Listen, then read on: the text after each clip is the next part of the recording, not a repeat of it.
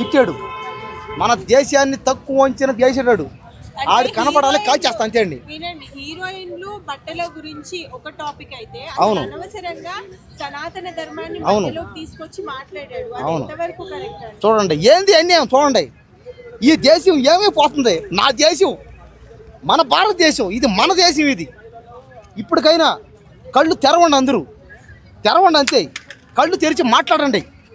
ఏమిటి ఇది అసలు? నువ్వు ఏం మాట్లాడుతున్నావు? సనాతన ధర్మం అన్నావు, భారతదేశం తక్కువ అని చేసి మాట్లాడు. శివాజీ గారిని ఒక పక్క బూతులు అన్నాడు.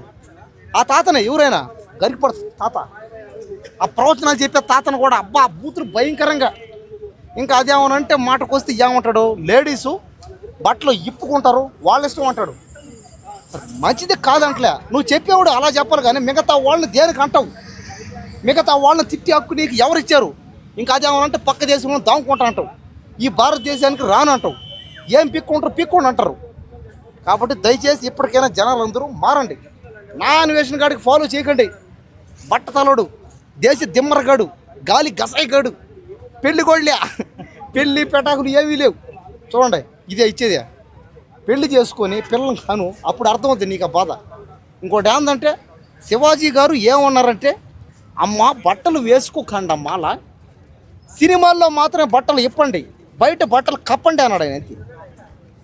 సినిమాల్లో మాత్రం చూడండి ఏనాడు బాగా, సినిమాల్లో మాత్రం బట్టలు ఇప్పండి, బయట కప్పండి అన్నాడు. కాబట్టి మీ అందరూ చెప్పేది కూడా ఒకటే, నేను సినిమాల్లో ఇప్పుకోవచ్చు ఏమి కాదు, బయట కప్పుకోవాలి. బయట లోకంలో సినిమాని ఫాలో అవుతా అంటే జరగదు. ఇక్కడ బయట లోకం ఇది. అయితే వీళ్ళు ఏమంటున్నారు, హీరోయిన్స్ బట్టలు వేసుకుంటుంటే మరి మగవాళ్ళు ఏమైనా లుంగీలు కట్టుకొని తిరుగుతుంటారా అని అడుగుతుంటారు. దానికి అదే అనేవాళ్ళు ఏదైనా అంటే చూడండి. కాబట్టి ఏంటంటే మగవాళ్ళు బట్టలు ఇప్పుకున్నా, గోసి పెట్టుకున్నా, కట్రాని మీద ఉన్నా కూడా ఏమీ కాదు, ఎవడే ఉండవు. కానీ ఆడవాళ్ళన్నా అలాగనా తిరిగారంటే ఇక్కడ బయట దేశంలో ఉన్నంత మెచ్యూరిటీ ఏది ఇక్కడ. మన దేశానికి ఒక సాంప్రదాయం, ఒక గౌరవం. మన దేశంలో స్త్రీలని పూజిస్తాం, దేవతలాగా పూజ చేస్తాం, ప్రేమిస్తాం. ముఖ్యంగా నేను స్త్రీలందరూ ప్రేమిస్తా. కాబట్టి దయచేసి ఇది ప్రేమించే దేశం, ఇది స్త్రీలని పూజించే దేశం. ఇక్కడ ఇలాగే ఉంటుందంతే. ఇక్కడ ఆయన ఇప్పుడు లేడీస్కి అతను ఏమన్నాడని చెప్పండి, ఏమన్నాడండి ఆయన? శివాజీ అన్న మీద దయచేసి కేసులు పెట్టకండి అయ్యా. అదేమనంటే మాటకు వస్తే నువ్వెంత, నీ బతికెంత అన్నారంట అన్నయ్య. శివాజీ అన్న నోరు తెలిసి ఏమన్నా అన్నాడంటే నువ్వెంతరా, నీ బతికెంతరా అన్నారంట.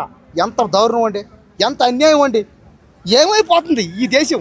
ఈ దేశంలో మధ్య తరగతి వాళ్ళకి, పేదవాళ్ళకి మాట్లాడే హక్కులు లేదా? ఆలోచన చేయండి. ఇప్పుడు అతను ఏమన్నాడని అనసూయ గారు, చెన్మయ్, ఆమె చెన్మయ్యో చెమ్మయ్య ఎవరో ఆమె, దయచేసి మా శివాజీ అన్న మీద కేసులు పెట్టకండి, వెనక్కి తీసుకోండి కేసులు. జై బోలో భారత్ మాతాకి జై, జై హింద్.